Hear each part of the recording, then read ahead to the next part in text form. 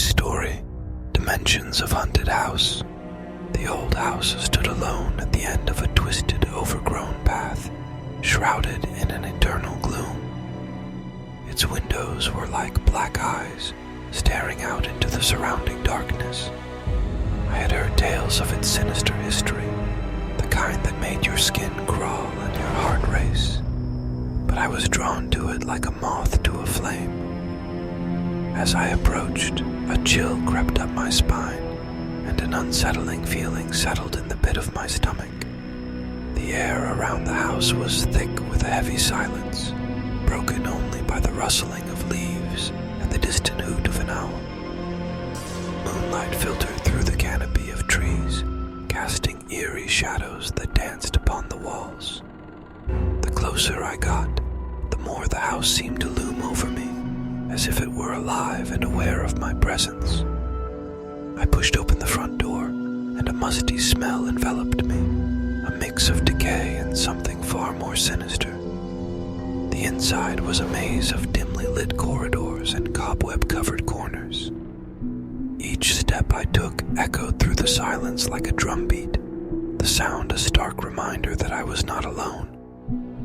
The floorboards creaked beneath my weight, and I couldn't shake the feeling that they were protesting my intrusion. The first room I entered was adorned with faded wallpaper that depicted scenes of forgotten elegance. A grand piano stood in one corner, its keys covered in a layer of dust. As I moved closer, a single note rang out, piercing the stillness with an otherworldly melody. I stumbled back, my heart racing, and that's when I saw her. A young woman in a tattered gown, her eyes hollow and vacant, standing by the piano. My breath caught in my throat as I stared at the apparition before me. She seemed to glide toward me, her movements slow and deliberate. Her lips moved, but no sound emerged. It was as if her voice had been stolen by the darkness that clung to the house. I tried to turn and run, but my feet were rooted to the spot, trapped in a web of fear. With a sudden jolt, the woman let out an agonizing scream, a sound that seemed to reverberate through the very walls. The room trembled, and the air grew frigid. I felt a ghostly hand brush against my cheek, and a whisper caressed my ear. "Help me," she pleaded, her voice a mere echo. As quickly as it had begun, the apparition faded, leaving me standing alone in the room. My heart still pounded, my skin prickling with a sensation that I couldn't shake. I stumbled out of the room and continued my exploration, driven by a mixture of terror and morbid curiosity. The second floor was even more decrepit, the walls peeling and the floorboards groaning underfoot. A long corridor stretched before me, lined with closed doors that seemed to beckon me closer.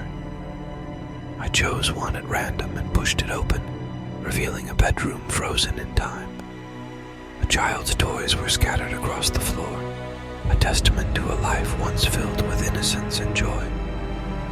But as I looked around, the room seemed to shift and contort before my eyes. The walls closed in, the ceiling lowered, and the air grew thick with the scent of decay. The child's laughter echoed through the room, sweet and haunting, and I knew that I was not alone. A small figure appeared at the foot of the bed, a child with hollow eyes and a malicious grin. "Play with me," the child whispered, and the room seemed to close in around me, suffocating and oppressive. I stumbled back, my heart racing, and fled the room, the memory of that chilling encounter seared into my mind. I found myself back in the corridor, trembling and disoriented. The house was alive with malevolent energy, each room a portal to a different nightmare.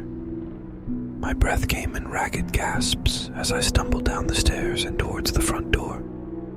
But when I reached for the handle, it refused to budge. Panic surged through me as I tugged and pulled, but the door remained firmly shut, as if held by invisible hands. In the suffocating silence, I heard whispers, a chorus of voices that seemed to emanate from the very walls. They spoke of pain, of suffering, of lives lost and forgotten. The house was a prison, a place where the souls of the tormented were trapped for eternity. As the voices grew louder, I turned and ran, my footsteps echoing through the house as I searched for an escape. The walls seemed to close in, the corridors shifting and twisting in on themselves.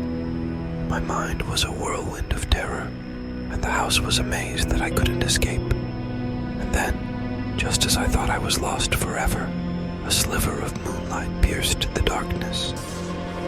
I stumbled towards it, crashing through a rotten door and into the cold night air. The house seemed to groan and shudder behind me, its malevolent presence fading as I put distance between us. I collapsed on the ground, gasping for breath, my heart still racing. The house stood silent and still, its windows like empty eyes, its secrets hidden behind its decaying walls. I knew that I had narrowly escaped its clutches, that I had glimpsed the horrors that lay within. As I looked back at the house, a chill ran down my spine. It was a place of darkness, a place of nightmares that could only be escaped by those fortunate enough to survive its horrors. And as the first light of dawn touched the horizon, I knew that the memory of that night would stay with me forever, a reminder of the terrors that lurk in the shadows,